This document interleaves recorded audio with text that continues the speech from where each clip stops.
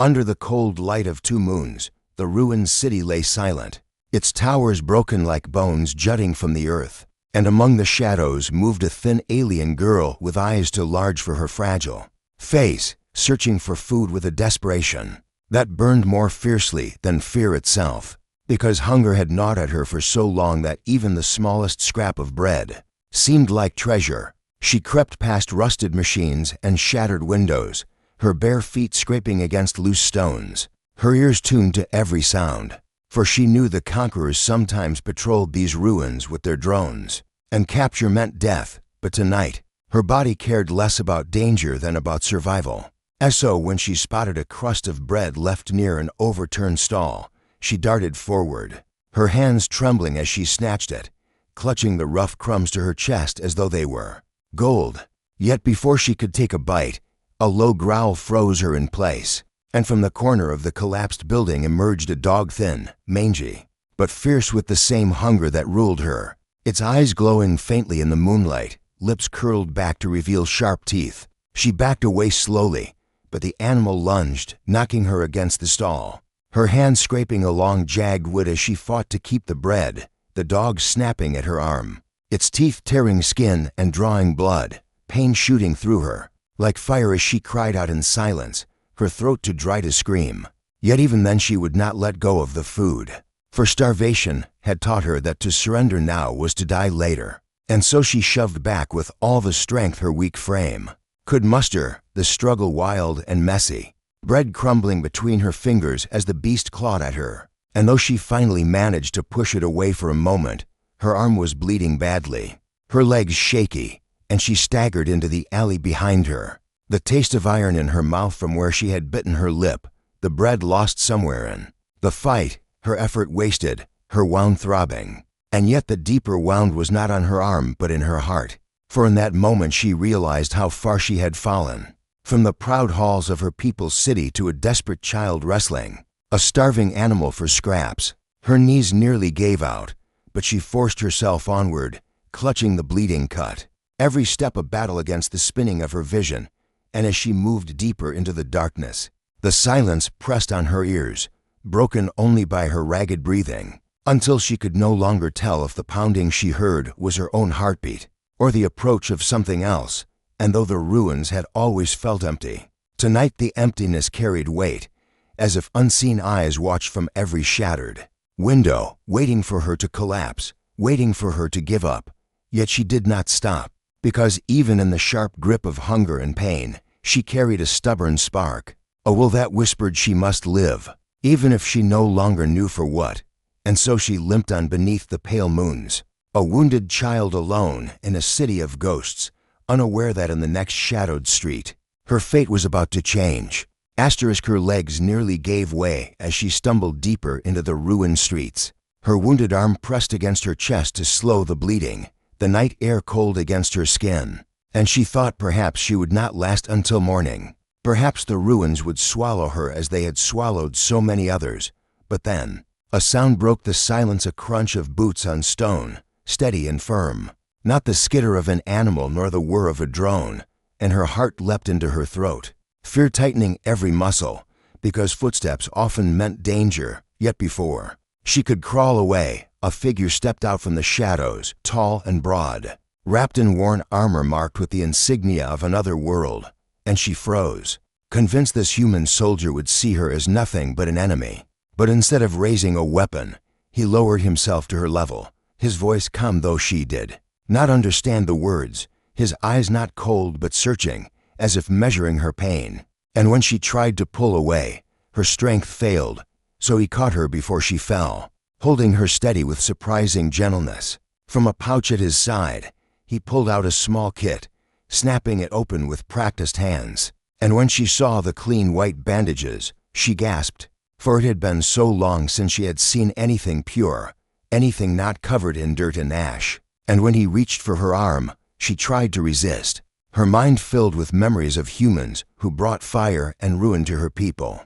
Yet his touch was steady, his movements careful, as though she were something fragile. And as the bandage wrapped around her bleeding cut, she felt warmth spread through her chest that had nothing to do with medicine. He gave her a flask of water, and the first sip burned her dry throat, making her realize how close she had been to collapse.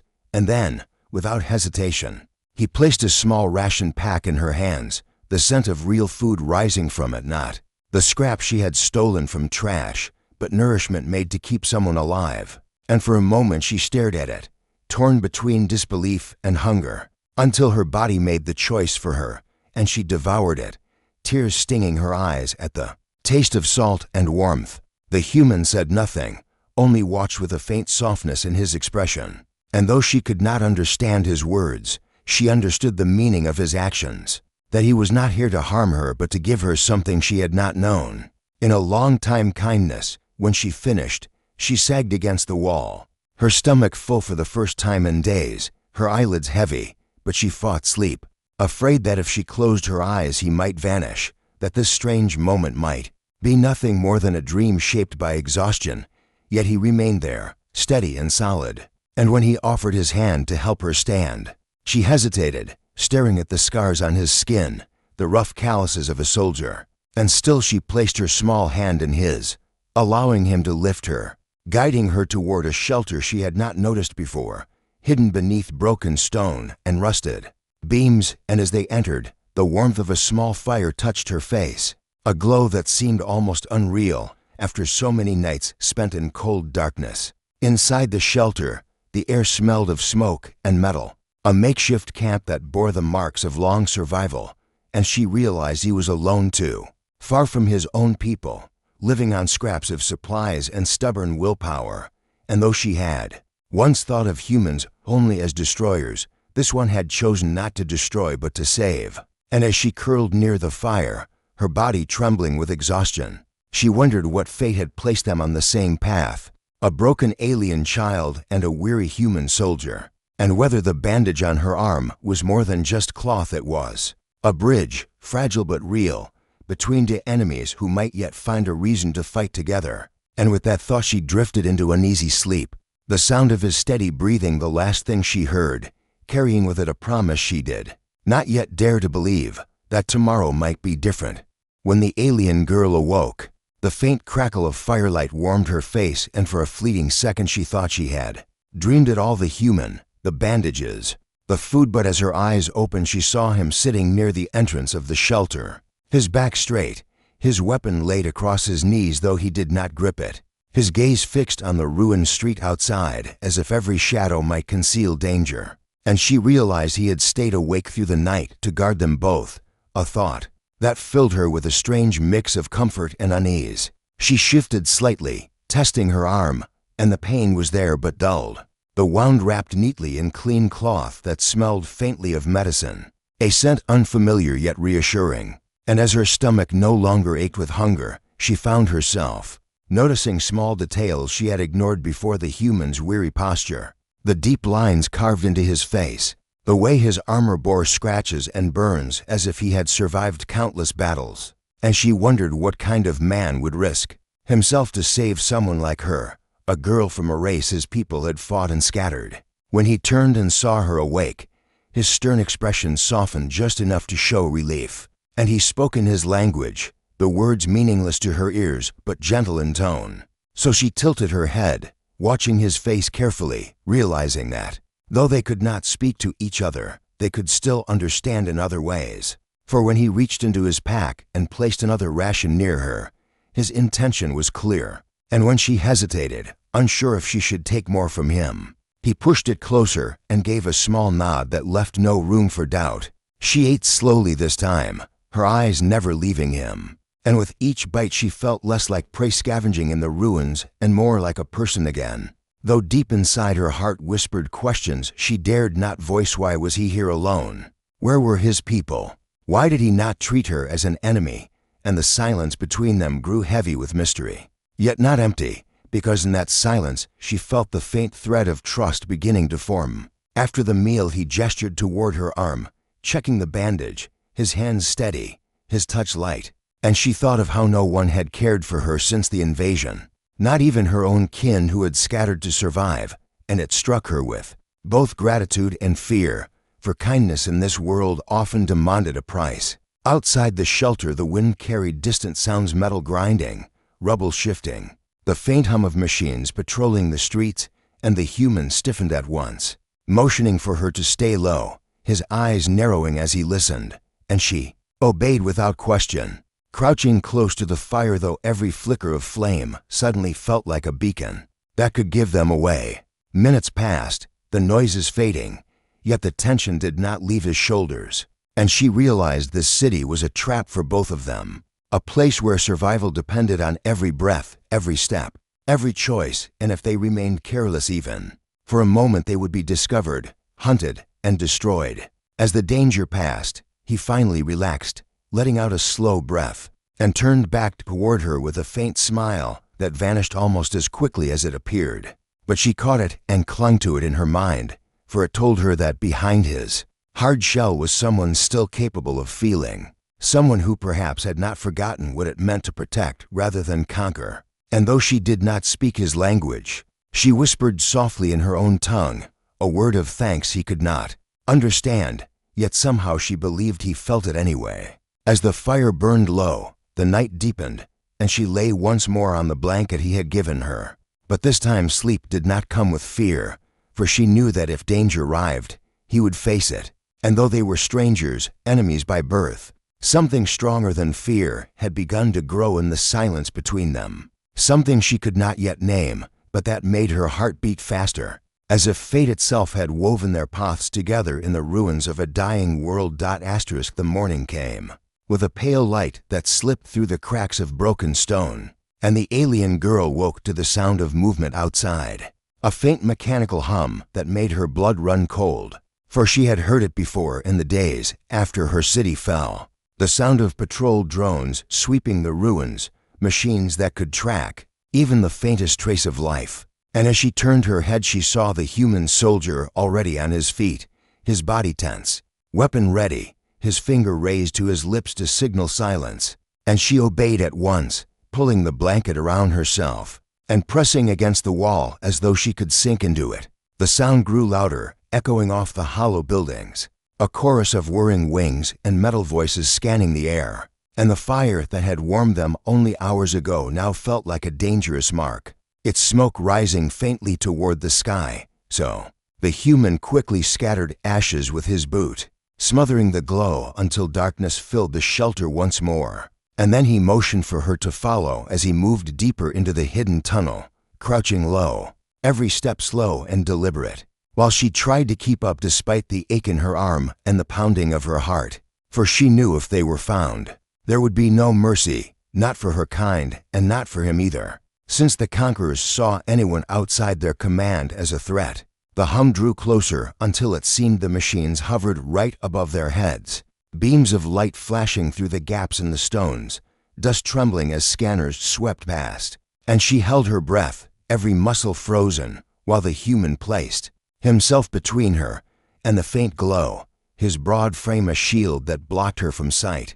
And she wondered why he did it, why he risked himself for someone who had once been considered his enemy. But there was no time for answers, only the sharp silence of survival. The drone lingered, a high-pitched whine filling the air, and then a voice spoke in a harsh language through static, a command she did not understand but recognized as dangerous. And she thought for sure they had been discovered, but the human remained still, his eyes locked on the shifting shadows beyond, his breathing controlled as if he had done this many times before. And after what felt like forever, the hum began to fade, the light beams sliding away, the mechanical wings carrying the drones farther down the street until only silence remained, though it was a silence heavy with warning, reminding them both that the city was not theirs and every corner held eyes that hunted them. The girl let out the breath she had been holding, her body shaking from the strain. And when she looked up, she saw the human's face slick with sweat, though his expression remained steady. And in that moment she realized he was hunted just as much as she was, a soldier cut off from his people, surviving by caution and will, and that by helping her he had doubled his risk. Yet still he had not left her behind. As they returned deeper into the shelter, she whispered softly in her own language, a promise that if he was hunted, then she would not let him face it alone. Though she did not know if he understood her words, only that he paused, glanced at her with a faint nod, and for the first time she felt not just protected but needed, as though their fates were now bound together. Two outcasts in a city that wished to erase them both. And as the silence stretched, broken only by the distant echoes of patrols, she understood that survival would no longer be a matter of hiding, but of standing together. When the time came, the days that followed were filled with quiet tension. And though the alien girl and the human came from different worlds, necessity bound them together. For the ruined city was a labyrinth of dangers where survival demanded more than luck. And the human began to show her how he moved, how he stepped lightly on broken stone so it did not betray him, how he scanned every shadow before taking a step, how he listened not with his ears alone, but with his whole body, as though the very air could whisper of danger. And at first she stumbled, knocking loose pebbles, breathing too loudly, her wounded arm slowing her down, yet he never scolded, only demonstrated again, repeating the silent motions until she mirrored them, and slowly she began to learn, her small frame slipping easily through gaps and broken walls, her sharp eyes noticing paths he might have missed, secret alleys her people once used that now offered shelter from drones. And in this exchange of skills, they grew into something more than strangers, a pair of survivors who watched each other's backs. Still, trust was not given easily, for whenever he lifted his weapon to check the horizon, she remembered the soldiers who had burned her home, and whenever she revealed a hidden passage, he seemed to measure whether it was trap or truth. Yet, each time danger brushed against them and passed, the thread between them grew stronger, woven by shared risk. One evening, as the sky burned red with the setting suns, they foraged together near a collapsed marketplace, the silence broken only by the rustle of wind through twisted metal, when suddenly the sharp buzz of a drone echoed above, closer than before, and the human pulled her into the shadows, pressing her against the stone wall as he raised his rifle, his body tense as iron. And though fear gripped her, she placed her hand against the wall near his, steadying herself, her breath slow, and together they waited as the machine hovered overhead, its beams slicing the ground in a pale arc that crept nearer, dust glittering in its light. And for a moment she thought it would fall upon them, that they would be seen, and their fragile bond would shatter beneath fire and steel. But just as the beam neared their hiding place, she tugged his sleeve, pointing toward a gap above them in the wall, a narrow opening she had once used as a child. And without hesitation, he lifted her first, boosting her up despite the weight of his armor, then followed quickly, pulling himself through with practiced strength. And they lay flat on the other side, hearts pounding as the drone's beam swept past harmlessly, their breaths mingling in the dust-filled dark. When the danger faded, the human let out a quiet laugh, the first she had heard from him, low and short, but real, and though she did not know the words, she knew the sound meant survival had given them both a brief taste of victory. From that moment forward, they began to move not as separate beings but as one, their steps matching, their eyes searching in unison. And when night fell, they shared not only food but quiet stories told in gestures and expressions, pieces of their lives, carried across silence, until she no longer felt like a lost child, and he no longer seemed like a lonely soldier.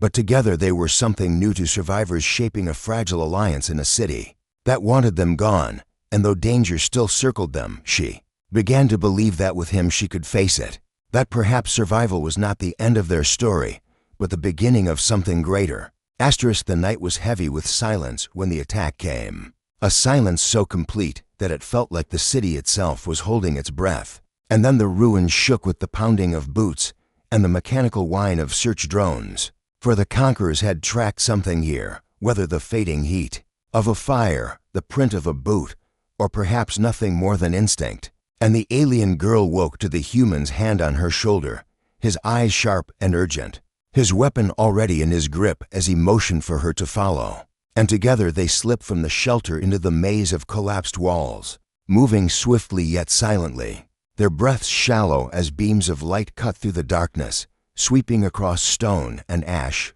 The girl's heart raced, every instinct screaming to run, but she forced herself to match his steady pace, crouching when he crouched, pausing when he raised a hand. And when the voices of soldiers echoed down the street, metallic and cruel, She pressed against the wall so tightly she thought she might vanish into it, her hand gripping the bandaged arm that still bore his care. And in that grip she felt the promise she had made to stand with him, not to run. They moved through a narrow passage she had once used as a child, but the sound of boots drew closer, faster than expected, and the human's eyes met hers for a brief instant, a wordless command to trust him, before he pushed her ahead, his broad frame blocking the entrance as he raised his weapon. The sudden thunder of shots splitting the night, sparks flying as bullets struck metal, the soldiers shouting in alarm. She crawled forward, her body trembling, torn between the instinct to flee and the need to stay, until at last he slipped through after her,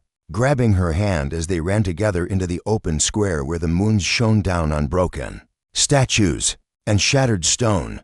Yet no sooner had they entered than another squad emerged, their armor gleaming in the cold light, rifles raised, voices barking orders in a language that froze her blood. And for a heartbeat she thought it was the end, but the human pulled her close, pointing toward a collapsed arch that led into the wild lands beyond the city. And though the distance seemed impossible with soldiers closing in, his grip was firm, steady, unyielding, and she felt strength rise in her that she did not know she had. Together they sprinted, weaving between rubble as gunfire cracked around them, fragments of stone spraying the air, the drones swooping low with beams slicing the ground. And in the chaos she saw him firing back, each shot precise, not wasting a single bullet, his body shielding her whenever danger pressed too near. And somehow they reached the arch, diving through the gap just as an explosion shook the square behind them, sending dust and fire billowing into the sky. They landed hard on the other side, the wild lands stretching out before them like a dark ocean of trees and broken hills, untouched by the conquerors. And though the night still echoed with pursuit, the air beyond the city smelled of freedom, of earth and leaves instead of ash and ruin. And as she lay gasping, the human reached for her, pulling her to her feet, his eyes meeting hers in the glow of the burning ruins. And in that gaze she saw not a stranger, not an enemy, but a companion, who had chosen her survival over his own, who had turned a moment of chance into a bond stronger than fear. Together they stumbled into the wilderness, the cries of soldiers fading behind them. And though neither knew what awaited them beyond the ruins, they carried with them the certainty that whatever came, they would face it side by side, no longer alone, no longer broken, but bound by trust in a world that had tried to take everything from them and had instead forged something unbreakable,